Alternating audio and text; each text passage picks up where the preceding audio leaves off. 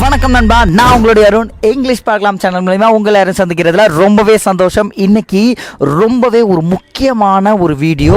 இறந்த காலத்தில் பாஸ்ட் டென்ஸில் ஒரு கேள்வியை சிம்பிளாக எப்படி கேட்குறது அண்ட் முக்கியமாக எப்படி நம்ம அதுக்கான பதிலும் சொல்கிறது அப்படிங்கிறதையும் பார்க்க போகிறோம். லாஸ்ட் வீடியோவில் ஒரு சின்ன ஒரு கண்டினியூஷன் தான் இந்த ஒரு வீடியோவில் சொல்ல போகிறேன். போன வீடியோவில் நம்ம ப்ரெசன்ட் டென்ஸில் எப்படி கேள்வி கேட்குறது அப்படிங்கிறத பார்த்தோம் இல்லையா? இப்போது இறந்த காலத்தில் பாஸ்ட் டென்ஸில் ஒரு கேள்வி கேட்க போகிறோம். எப்படி தானே கேட்குறீங்க? ஸோ வீடியோக்குள்ள போகலாமா? Let's move on to the video now.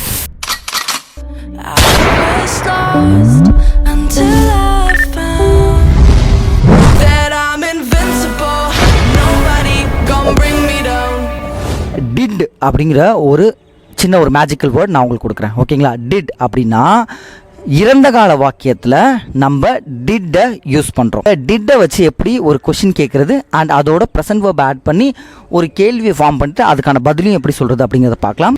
நேற்று பள்ளிக்கு சென்றாயா? சரிங்களா? பள்ளினா என்னது? ஸ்கூலா? ஓகே.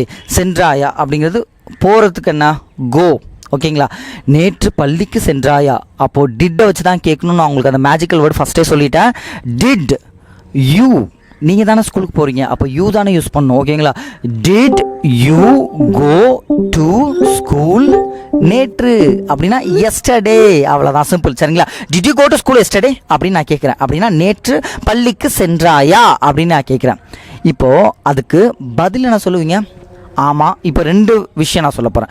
ஒரு கேள்வி கேட்டுட்டேன், அதுக்கு பதில் வந்து ரெண்டு சொல்ல போகிறேன். என்னென்னா, ஆமாம் நான் பள்ளிக்கு போனேன் அப்படின்னு ஒன்று சொல்லுவீங்க, இல்லை நான் பள்ளிக்கு போகல. இது ரெண்டுத்தில் ஏதாவது ஒரு பதில் தான் இருக்கும் இல்லையா? ஓகே. ஒரு நாள் நீங்கள் ஸ்கூல் போவீங்க, ஓகே, ஏதோ ஒரு சஃபரால் நீங்கள் நேற்று ஸ்கூல் போகாமல் இருந்திருப்பீங்க. இப்போது ஃபஸ்ட்டு நேர்மறையாக ஆமாம் நான் ஸ்கூலுக்கு போனேன். இப்போது எப்படி டூ டஸ் வந்துச்சோ அப்போ நம்ம எஸ் ஆர் நோ யூஸ் பண்ணோமோ அதேமாதிரி டிட் வந்தாலும் எஸ் ஆர் நோவை வச்சு நீங்கள் பேச ஸ்டார்ட் பண்ணுங்கள். க்ளூ கொடுத்துட்டேன், ஓகேவா? இப்போ சொல்லுங்கள். ஆமாம் நான் ஸ்கூலுக்கு போனேன் அப்படின்னா எஸ் ஐ. பக்கத்தில் கோ வராது. நீங்கள் தெரியும், நீங்கள் கோன்னு ட்ரை பண்ணியிருப்பீங்க. ஏன் கோ வராதுன்னா நம்ம இப்போ பாஸ்ட் டென்ஸில் பேசுகிறோம்.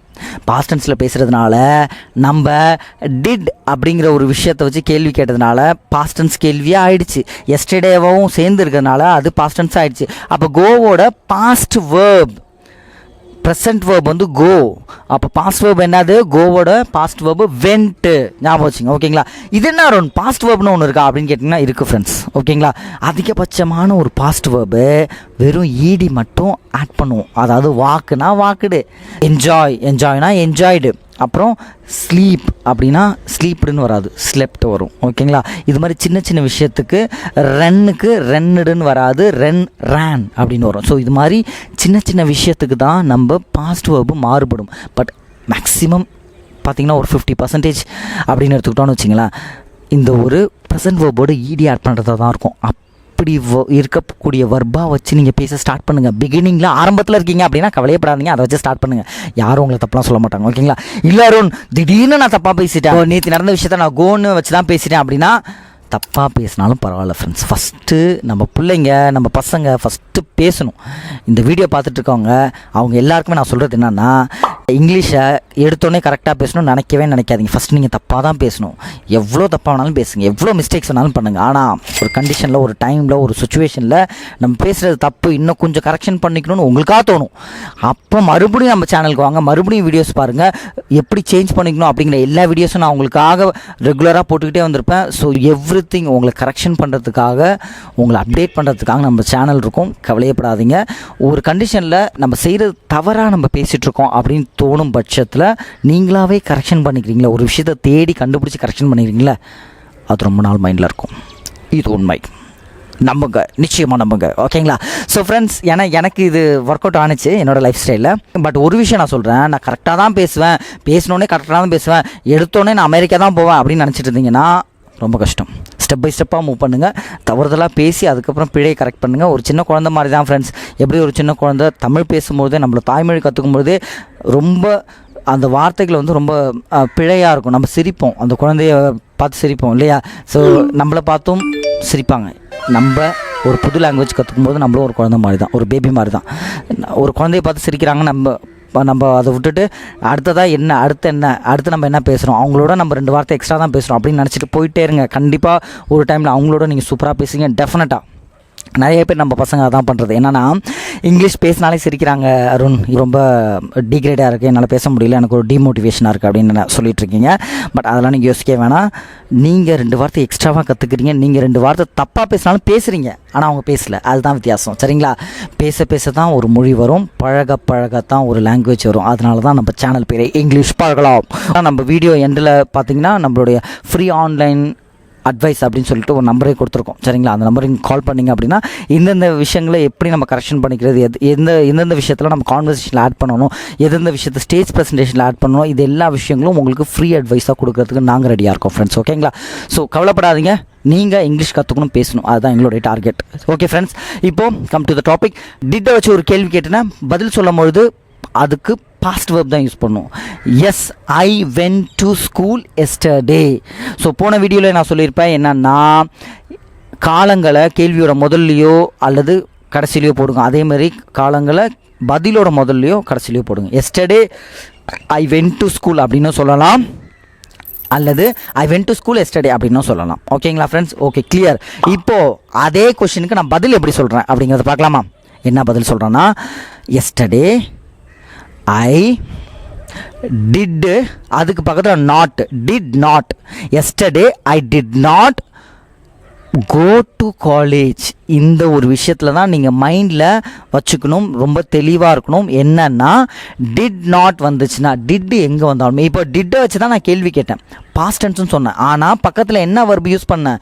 ப்ரெசன்ட் வெர்ப் கோன்னு யூஸ் பண்ணியிருக்கேன். Did you go to college, did you go to school yesterday அப்படின்னு கேட்டேன்னா, இப்போ நான் ஸ்கூலுக்கு போகலன்னு சொல்லும்போது no, I did not go to school yesterday. அவ்வளோதான், சிம்பிள் ஃப்ரெண்ட்ஸ். ஓகேங்களா? ஸோ டிட் வந்ததுன்னா ப்ரெசன்ட் வேர்பு, டிட் வரலன்னா நம்ம பதில் சொல்லும் போது பாஸ்ட் வேர்பை பயன்படுத்தணும். இது மட்டும் தான் நீங்கள் இதில் ஞாபகம் வச்சுக்க போகிறீங்க. சப்ஜெக்ட் எது வந்தாலும் நம்ம டிட்டை வச்சு தான் கொஷின் கேட்க போகிறோம். லாஸ்ட் வீடியோவில் டஸ்ஸு டூன்னு 2ஆக பிரிச்சிருப்போம். இதில் அப்படி இல்லை, டிட்டு மட்டும் தான். டிட்டை வச்சு நீங்கள் கொஷின் கேட்கலாம். பதில் சொல்லும் போது நேர்மறையாக பதில் சொல்லி அதுக்கான பாஸ்ட் வேர்பை போட போகிறீங்க. நாட் வந்துச்சுன்னா ப்ரெசன்ட் வேர்ப் போட போகிறீங்க. இன்னொரு உதாரணம் சொல்லிடுவோம், இன்னொரு எக்ஸாம்பிள். ரொம்ப சிம்பிளாக ரொம்ப எளிமையாக சொல்லிடுறேன், ரொம்ப ஈஸியாக உங்களுக்கு புரிகிற மாதிரி. காணொலியை கவனித்துக்கலாம். Did you watch the video yesterday? Did you watch the video yesterday? Video நேற்று பார்த்தீங்களா அப்படின்னு நான் கேட்குறேன். இப்போ நீங்கள் பதில் என்ன சொல்லுவீங்க? அருண் பார்த்தவங்களாம் எப்படி சொல்லுவீங்க? அருண் நான் நேற்று உங்கள் வீடியோ பார்த்தேன் அருண் அப்படின்னு சொல்லுவீங்க. பார்க்காதவங்க, இல்லை அருண் நேற்று எனக்கு டைம் இல்லை, நான் உங்கள் வீடியோ பார்க்கல அப்படின்னு சொல்லுவீங்களா? இப்போ ரெண்டுத்துக்கும் இங்கிலீஷில் நீங்கள் தான் சொல்ல போகிறீங்க. ரெண்டுத்துக்கும் பதில் என்ன அப்படிங்கிறத நான் சொல்ல மாட்டேன், நீங்கள் கமெண்ட்ஸில் சொல்ல போகிறீங்க. யாரெல்லாம் வீடியோ பார்த்தீங்களோ அவங்கெல்லாம் கீழே அருண் உன்னோட வீடியோவை நேற்று நான் பார்த்தேன் அப்படிங்கிறத இங்கிலீஷில் கமெண்ட் பண்ணுங்கள். யாரெல்லாம் வீடியோ பார்க்கலையோ அவங்கெல்லாம் கீழே கமெண்டில் நான் உன்னோட வீடியோ பார்க்கல அருண் அப்படின்னு கீழே கமெண்டில் சொல்லுங்கள். இதுக்கு க்ளூ கூடாருன்னு ஏதாவது ஒரு டிப்ஸ் கூட அப்படின்னு பார்த்துக்கிட்டிங்கன்னா, ஒன்றும் இல்லை, எதிர்மறைக்கு நான் பார்க்கல அப்படின்னா டிட் நாட் யூஸ் பண்ணணும்.